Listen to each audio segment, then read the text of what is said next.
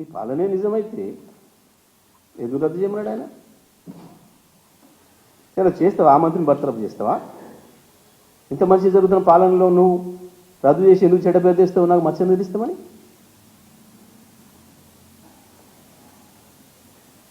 ఏం జరుగుతుంది అసలు రాష్ట్రం?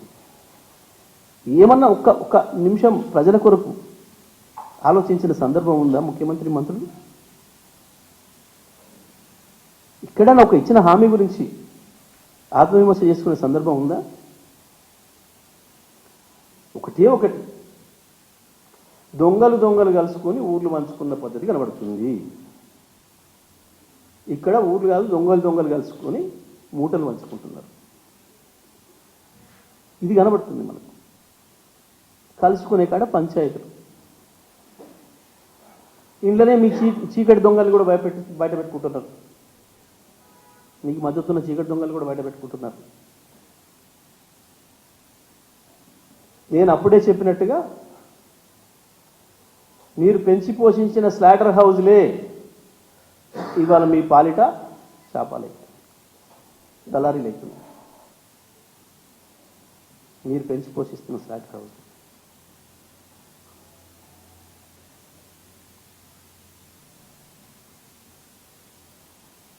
ఇప్పుడు నేను మాట్లాడిన మాటలు, నేను చేసిన ఆరోపణలు, నేను చూపించిన నిజాలు,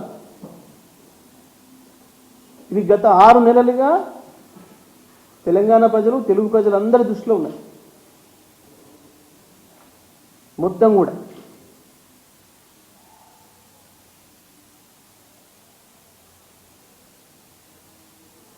ప్రతి మంత్రి భాగవతం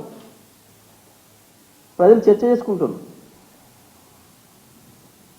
జిల్లా స్థాయిలో జిల్లా స్థాయిలో, రాష్ట్ర స్థాయిలో రాష్ట్ర స్థాయిలో మీ అన్ని భాగవతాలు.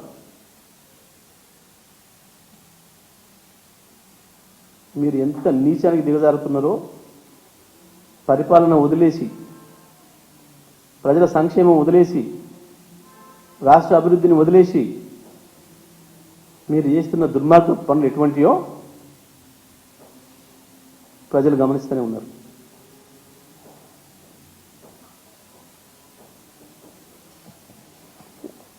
ఒక ఆయనకి ఇంకొక ఆయన కితాబ్ ఇస్తాడు.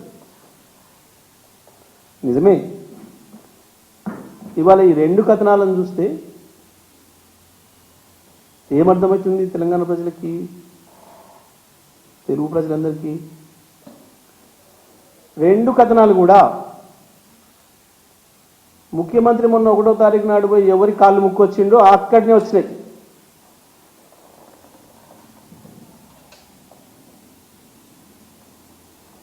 తెలంగాణ ముఖ్యమంత్రి పరువు తీసి, ఆ పదవి యొక్క పరువు తీసి దిగజారి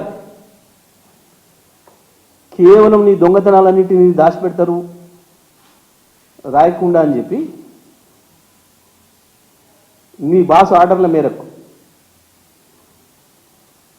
పోయి ఎవరి కాళ్ళు మొక్కి ఎవరిని సంతృప్తి పరిచి వచ్చినావో ఆ రెండిట్లనే వచ్చినాయి అని అంటే ఈ మంత్రులు ఎవరో అర్థం చేసుకోవాలి. ఉన్నాయి మంత్రులు, పైకి ఏం మాట్లాడినా పక్కన చెప్తున్నారు ఇదంతా ముఖ్యమైన ఆఫీస్ నుంచి వచ్చింది మా కెరికే, ఇదంతా ముఖ్యమైన ఆఫీస్ కుట్రే మా కెరికే అని మాట్లాడుతున్నారు చాలా స్పష్టంగా.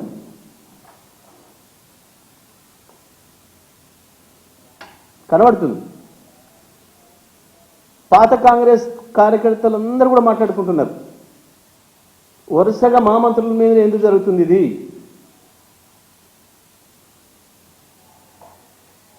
శ్రీధర్ బాబు పాత కాంగ్రెస్, పొన్నం ప్రభాకర్ పాత కాంగ్రెస్, వెంకటరెడ్డి పాత కాంగ్రెస్, బట్టి విక్రమార్క పాత కాంగ్రెస్, వరుసగా పాత కాంగ్రెస్ మంత్రుల మీదనే వస్తున్నాయి. ఎందుకు వస్తున్నాయి?